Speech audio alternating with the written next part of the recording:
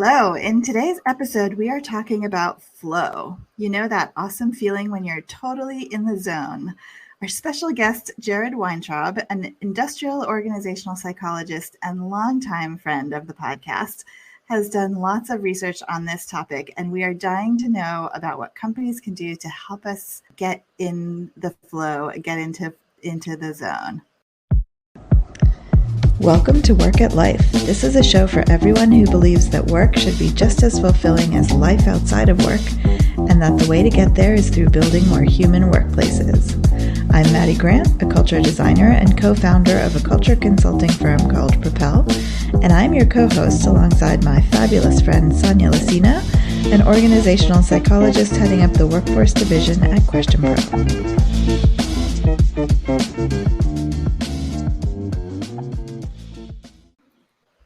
Hey, Jared. So happy to have you on the podcast. Why don't you introduce yourself for our listeners to kick us off? Sounds great. And thank you so much for having me, Maddie. I'm so excited to be here. After all of these years of knowing each other, it's very exciting. So as you mentioned, my name is Jared Weintraub. I'm an industrial organizational psychologist. I received, or I guess I could say I earned my PhD from Hofstra University. And during my graduate work, I started to study flow at work, and basically, especially looking at how mindfulness and flow kind of go together, as well as how we can use technology-based nudges to nudge people to develop habits that can help them experience these states at the right time, in the right place, while they're at work and elsewhere as well. And I also founded a coaching and organizational consulting firm called the Flow Group. So I'm happy to be here and excited to talk about flow at work. Yes, so awesome. So you are definitely an expert on this, and I love the technology angle too. We'll definitely see if we can get into that. But before we start with our usual data point, why don't you define what flow is for us, just so we know we're all on the same page? Absolutely. So flow is basically the state of being in the zone. So a lot of people are more familiar with that than the concept of flow. But basically, this is the idea of being really focused. You block out all distractions. Time often feels like it's moving at a different pace. So often in the workplace, it will feel like time's moving a lot faster. So if you're writing a report or doing a PowerPoint presentation, you'll look up from your computer and be like, oh, wow, like this felt like it was 10 minutes, but it's been 2 hours, Yeah. So flow, yeah. So that's like often a really good indicator that you've been in a state of flow.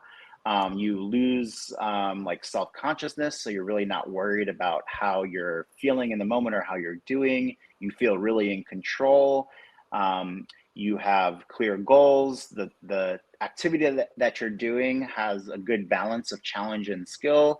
So basically, if you have too much challenge and too little skill, then you'll feel like really overwhelmed or anxious. If you have a high degree of skill and low challenge, you'll often feel like apathetic or bored.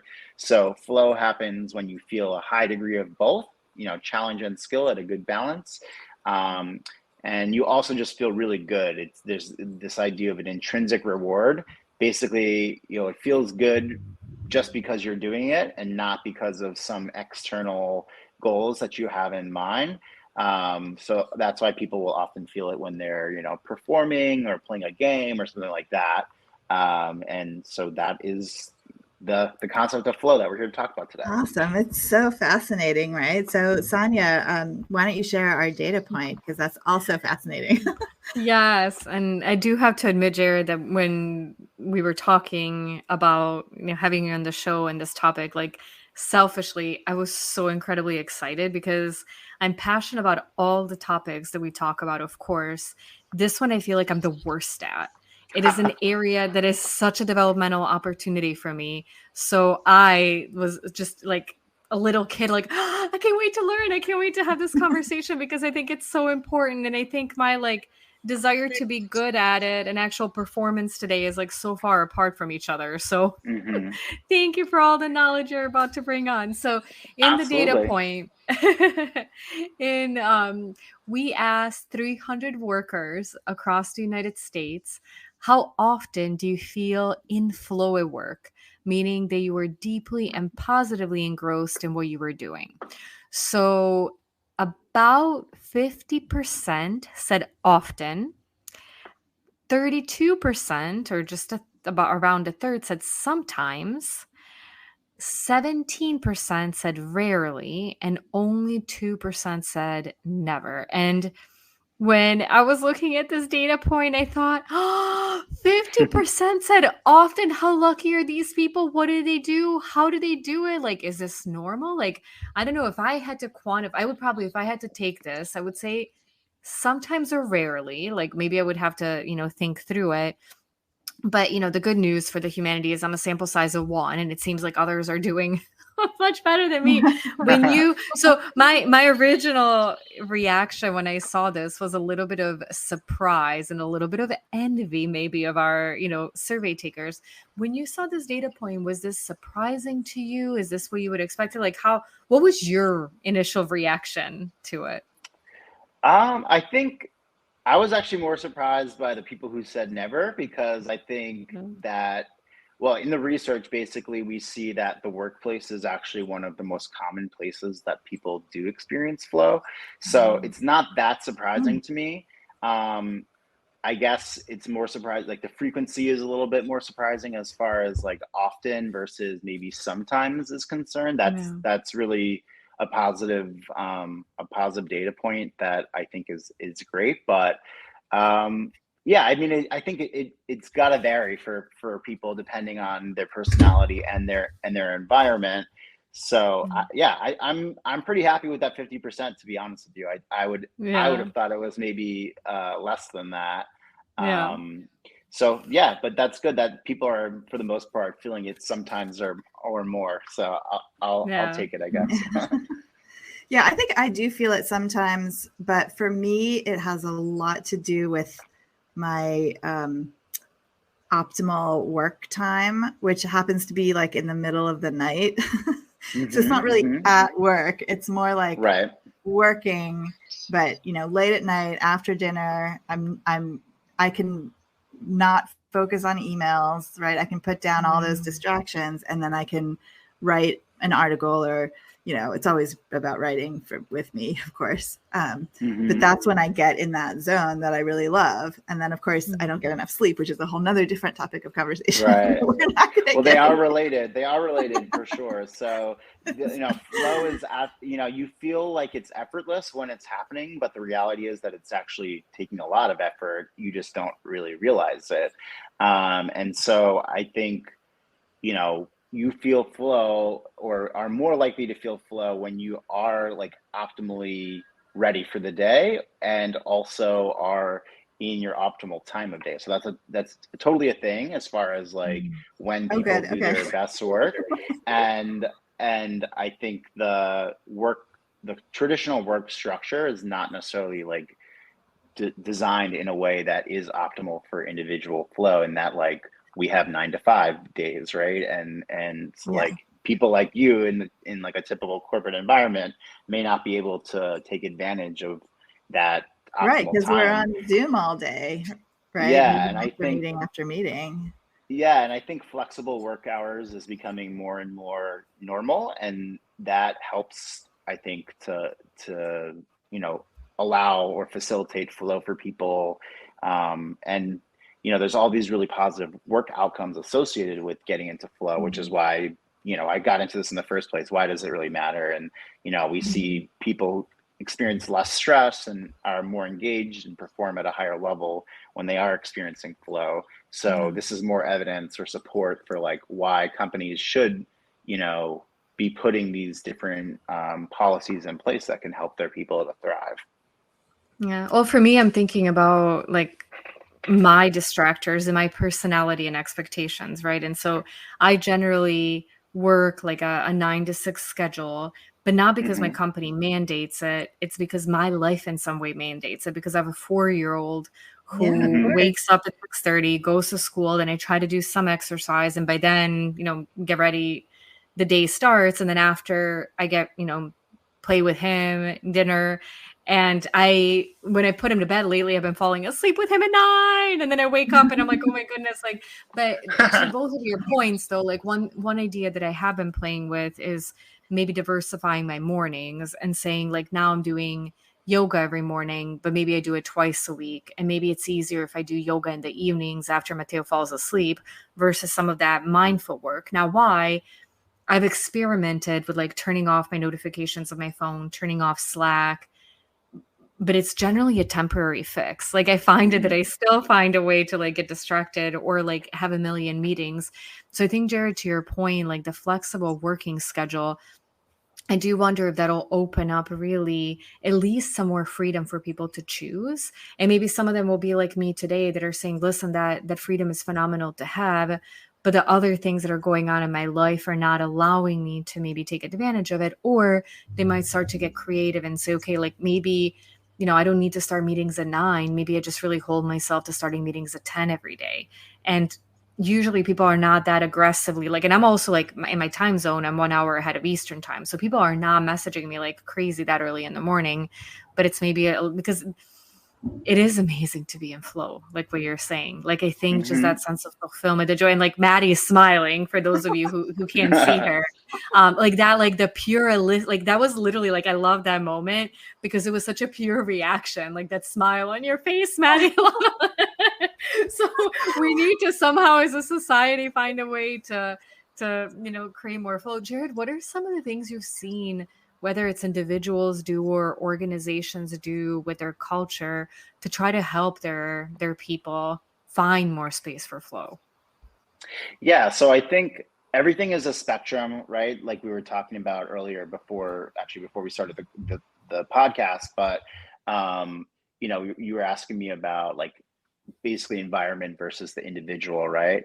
And I think it's all a spectrum. So autonomy is one example that you kind of touched on right before, right? Which is essentially, do you have the ability to kind of make your own decisions about how, when, and basically how and when you do your work and making decision making ability essentially.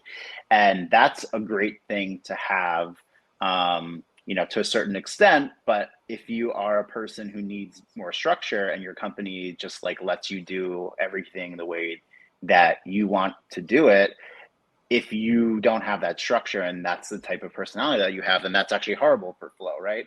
And so kind of understanding, so the first thing that I would say is work or job fit, right? Which is just are you in the right role for yourself is really important, because I think the type of work that we do often kind of correlates with our traits are we're drawn to these areas, or we've dedicated our work lives to these areas for a reason, right? Something about it. So I think that's the first thing is the organizational culture and the job functions that you're doing, right? So then if we kind of put those aside, I would say in general, what organizations can do is provide, again, these 3 kind of core things that lead to flow: clear goals that challenge skill balance and feedback.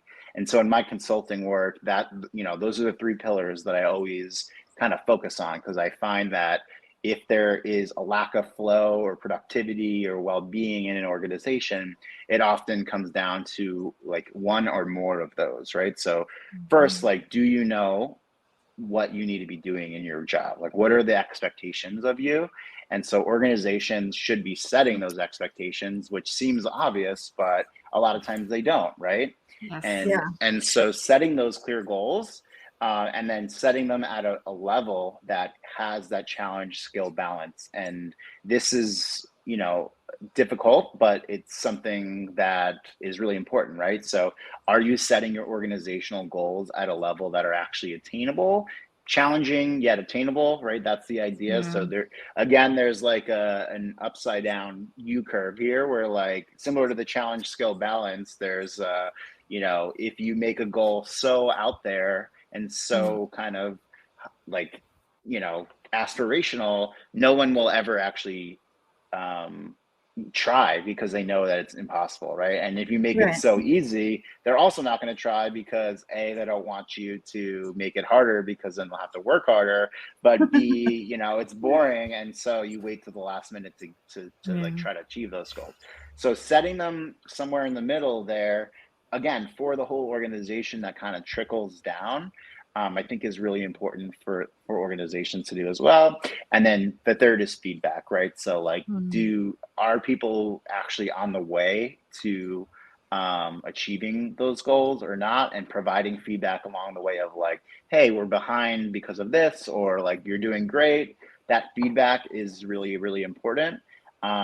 And often neglected as well. And that's true for like the different levels of the organization. So this is, we could talk about this like how organizations can do this for hours, but those three things are true at the organizational level. So, as an organization, we want to sell X amount of units total, but then you got to break it down to the team level too. Okay, like if this is the org goal, here's how like the team goal fits into that, right? And showing how those trickle down, and providing those really clear goals at each level. So then the team the manager should be saying, okay, if I need to hit this number, that means that each individual needs to hit this number, and kind of like doing a waterfall effect, kind of like that. But then at the managerial level, it becomes more complex, right? You want to kind of understand the individuals, what they're capable of, and then making sure that you're kind of, if I have to sell 100 units this year, but Maddie can sell, way more than I can, then I'm going to want to try to personalize those goals a little bit more, if that makes sense, to make sure that everybody feels challenged but not overwhelmed, right? So that's the organizational level, right? And what organizations can do. As an individual, the same thing is true, right? Clear goals, feedback, challenge, skill, balance. But thinking about it from your individual perspective can be really powerful if the organization isn't providing that for you. So I can show up to work. Me and Maddie could have the same job. Maddie sets great goals and gets into flow because she knows like, hey, I need to make 20 phone calls today. And then I might get there and just not know what I'm supposed to do and not set those goals for myself. And we'll have very different days, feeling very differently about the situation. So as an individual, you can be proactive in setting these goals for yourself and then giving yourself the feedback about, hey, like, did I achieve the goals that I wanted to accomplish today? Or did I, go above and beyond that? Maybe I should make the goal more difficult tomorrow, or maybe I need to make it a little bit less difficult tomorrow. So that feedback part in my like coaching work, I kind of see as self-reflection as well. So you can get feedback from your boss, you can get feedback from your peers, and seeking that out is really important, but also taking a step back and reflecting like, how am I doing against my own goals for myself? And then adjusting based on that. These are all exercises that, again, seem pretty obvious and like nothing is groundbreaking that I'm saying here, but also like how many of us are really doing this every day, like I'm describing, right? Well, what's so interesting to me about what you're saying is these three pillars that you're talking about are so practical, but none of them are the things that one might have thought you needed for flow, like, a huge reward at the end, or like, some sort of like passion, purpose, motivational, message from a leader, or even like a fear-based, like you must do this or you'll get fired kind of thing. Like, none of those things are part of what you're talking about. Like, I find that just really fascinating. See, I would argue that each of those things are maybe like fall underneath one of these pillars, right? Like I could see like the inspirational leadership talk providing clarity on goals and also kind of providing the resources needed to meet those goals. So like balancing that challenge skill feedback a little bit, challenge skill balance a little bit, and even feedback, right? Like those inspirational speeches are kind of feedback on like how the firm is doing and what we want to be doing moving forward.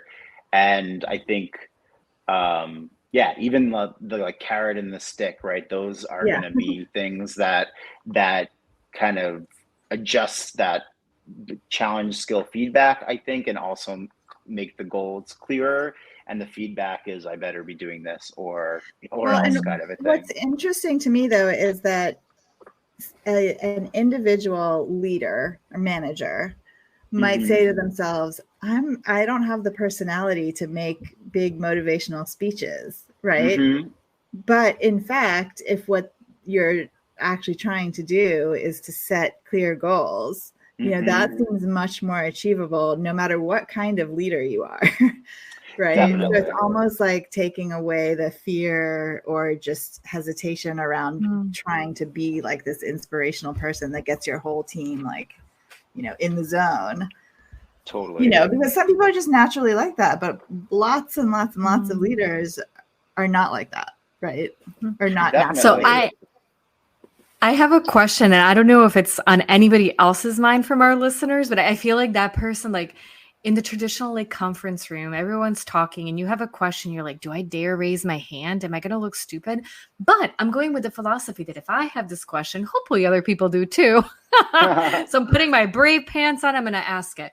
So one of my like continual like things that I'm getting stuck on is like I have my calendar in my head, and I have this idea that to have flow, I need this clearing in my calendar. I need to think, is flow tied to individual work? Is it really me in my head doing work? Or is it also possible to be in flow in conversations, like in a collaboration? Like I'm going, because there are certainly days where I go and I'm like, oh, I feel like I just like got this like, black eye because one thing happened and then somebody punched me in the gut, and all this is like not actually happening, but it just feels like it. And then I have days actually kind of like today where I'm like, things are good. Like I woke up and like all these meetings like flowed and look at that. They had like really good conversations and they left me energized, and like things just seem to fall into place. But it's not me by myself. It's not me necessarily providing an output, but it is this sensation of like fulfillment and kind of ease. But is that a different feeling, or am I also experiencing flow going through meetings and like together with people? So yeah, group flow is definitely a thing. Like when you think about like a lot of the kind of anecdotes go back to sports, right? Because it's just a lot of people experience it growing up, right? And it's just very clear because sports have everything kind of built into it that you need to get into flow. Like the goal is to score more points. It's challenging and you need the skill to meet that challenge. And the feedback is like, are you scoring or not? Right. So in sports, like there's, and so like team sports are a big place that you experience group flow, right? You have to all be working towards the same goals. The goals, ostensibly you should all have a similar skill set or level of skill, and the feedback is again the same as it was before. Like, are you working together well? And that's a reflection of like the score or whatever. So yes, I think that there are. This is actually one of the least studied areas because team research is really difficult. You need a lot of people to do this, but there's questions about like, what is team flow? How many people need to be in flow on your team in order for it to be called that, right? And also, if you and I are on the same team and we're sitting at the computer next to each other working on different things, and we're both in flow, is that team flow? Even though we're doing individual tasks or not? So all these things are kind of like, up in the air, but definitely like, I mean, this conversation is 24 minutes already. It doesn't feel like that. So I feel like we are totally in it right now. If you think about, again, those three pillars, right? People can challenge each other during conversations and really be, on their toes and having to really think through things before and listening, right? It's a back and forth. So I definitely think situations like this and in meetings and things, those are some of the places that I feel flow the most probably, which is probably why I love to do these kinds of things. So everybody needs to come on our podcast to experience. Yeah. I think it's so true though. It's every single podcast we're just like, oh my gosh, it's already, past time and it felt like 3 minutes. Well, I mean, I think that's also like something interesting to think about, like translating to the workplace. A lot of times when we're together, we're solving challenges, things that are tough, and that's great too. It's necessary. But in these podcasts, it's more of the space to like ideate, the space to like talk about something really good and bring it to light. Like it almost has like a different energy. So I wonder for companies to think about, instead of like, oh, let's, work on this to solve this customer issue, and let's talk about this to solve this marketing challenge. Like, okay, let's get on this marketing meeting and think big. Like, what's the next big story, to like things that actually get you energized? And I know you can do that all the time because there are other things that need to get done. But I wonder if they're like the kind of the purposeful conversations. Like, I'm trying to really think, because I totally agree with you, Maddie. I love like these conversations that we have with our guests, like Jared, like they're highlights of my days and my week. How do we make more of that? And how can people who are not podcast hosts, that's the word, replicate that? And I think it's doable. Yeah, I think it's doable. I mean, even for like meetings, right? Like having an agenda, which I don't often do, right? That can serve as like a goal or goals for the meeting, and setting those goals at a level, again, that's like commensurate with people's skill sets and levels. Like, what are we trying to solve here? I think that's that's actually a great point, because we talk often about, did this meeting need to be a meeting? Could it have been an email? Or like sitting in useless meetings where people are just reporting, status on things or whatever. But the missing piece to those kinds of meetings is that skill challenge balance, right? Like, you don't need any skill to read status reports, but you do need skill to work through a problem or challenge, or whatever that's related to the work, So just being conscious of these 3 pillars, specifically as they relate to meeting construct, like, meeting structure. And again, it's so funny because it seems so simple, but it also feels like kind of an aha moment. Yeah, I think so too. And I love the framework, because it seems so simple, but actually like each of those pillars has so much research about like how to do each of them well. And like they're vague in that like they could encompass kind of like anything that you want to accomplish or do. So it makes it really easy to apply within like a coaching framework or whatever.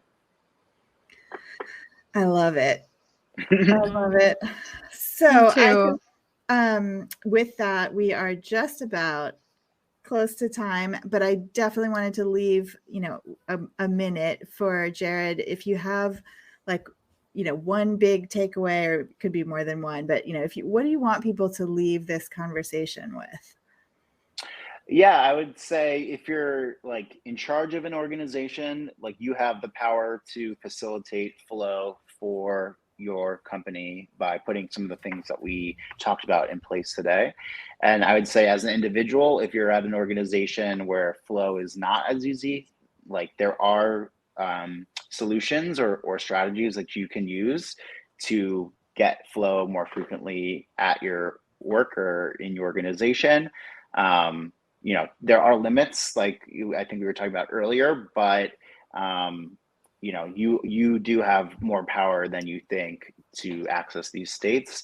And I think that's an important thing to know, where if you feel like yourself, wallowing or feeling just like meh at work, like there are things that you could do to improve the situation. I love it. And of course, the whole reason to be in flow in the first place is because it gives you energy, right? As an employee in your work, it gives you energy and purpose, and just feels really good and puts a big smile on your face, right? And it helps make the day go faster too. Yeah. Yes, that's so true. All right, Sonia, any last thoughts from you? I'm just taking it all in, like all smiles. So like I learned so much. I love Jared. I'm an IO psychologist too. And so all the principles that you were talking about, I couldn't agree more that they're in some ways so simple and shockingly underutilized. So I was really happy that you brought it up in how they relate to flow and really shape it and impact it. So I just feel like this is my last call for today. So now I can just go and take everything in, process it, and really have some time to reflect on how to use all of this to create more flow in my daily routines, because it is just a brilliant place to be. Thank you. I'm here as a resource anytime you need me. Yeah. Awesome. Thank you so much, Jared. This was a really great conversation. Thank you both for having me. I'm really excited to be here and I had a great time too.